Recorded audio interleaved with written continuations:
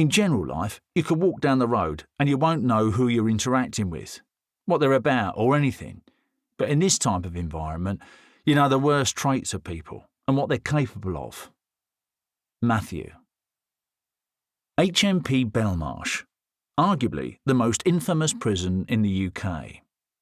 How did a facility that has been open for less than 35 years gain such a fearsome reputation?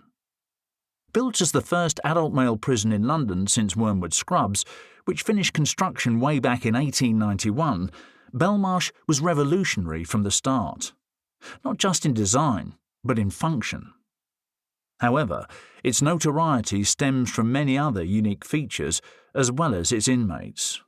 One notable example of this is that Belmarsh is the only prison in England and Wales with such a purpose-built prison within a prison. Otherwise known as the High Security Unit, HSU, designed to house some of the most dangerous criminals in the country. While Belmarsh can hold up to 910 men, just 48 can be confined within the HSU at any given time. The prison also contains a segregation unit, which we describe in more detail in Chapter 9, and 2 notorious cells known as the boxes. These are bleak, windowless isolation rooms with no beds, sinks or toilets.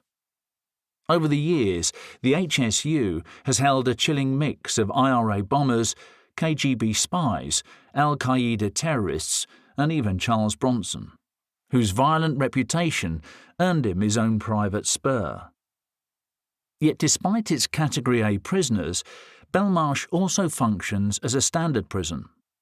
Around 1 in 5 inmates is a convicted murderer, yet many others serve time for lesser offences. How do staff balance handling petty criminals alongside serial rapists, terrorists and gang leaders?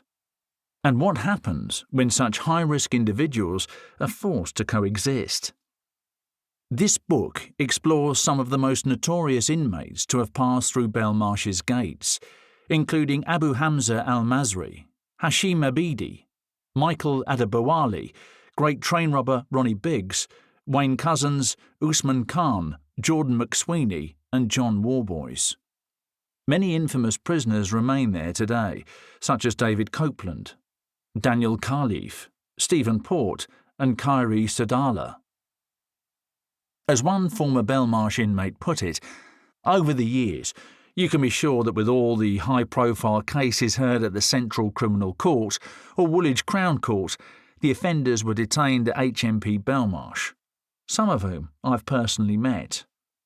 Mark Dixie, the Sally Ann Bowman case, Steve Wright, the Suffolk Strangler, Stuart Hazel, the Tia Sharp murder in Croydon, Barry George, the Jill Dando case, John Warboys, the black cab rapist, who is now known as John Radford. He changed his name.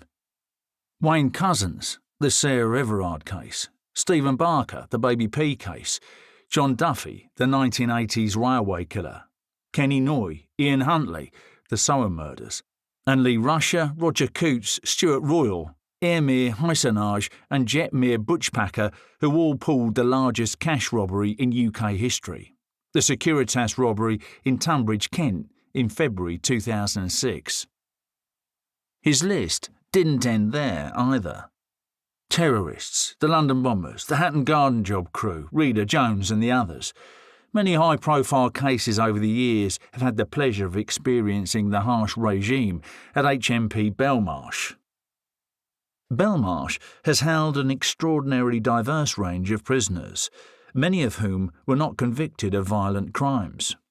You'll hear from Jonathan Aitken, who shared his experiences inside and told us stories that are shocking, moving and at times darkly humorous. Of course, Jeffrey Archer and Julian Assange have also spent time within its walls.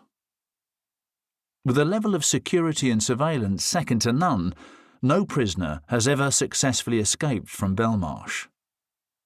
Through accounts of daily routines, brutal fights, gang warfare, drug smuggling, and moments of unexpected redemption, this book uncovers the truth about life inside Hellmarsh.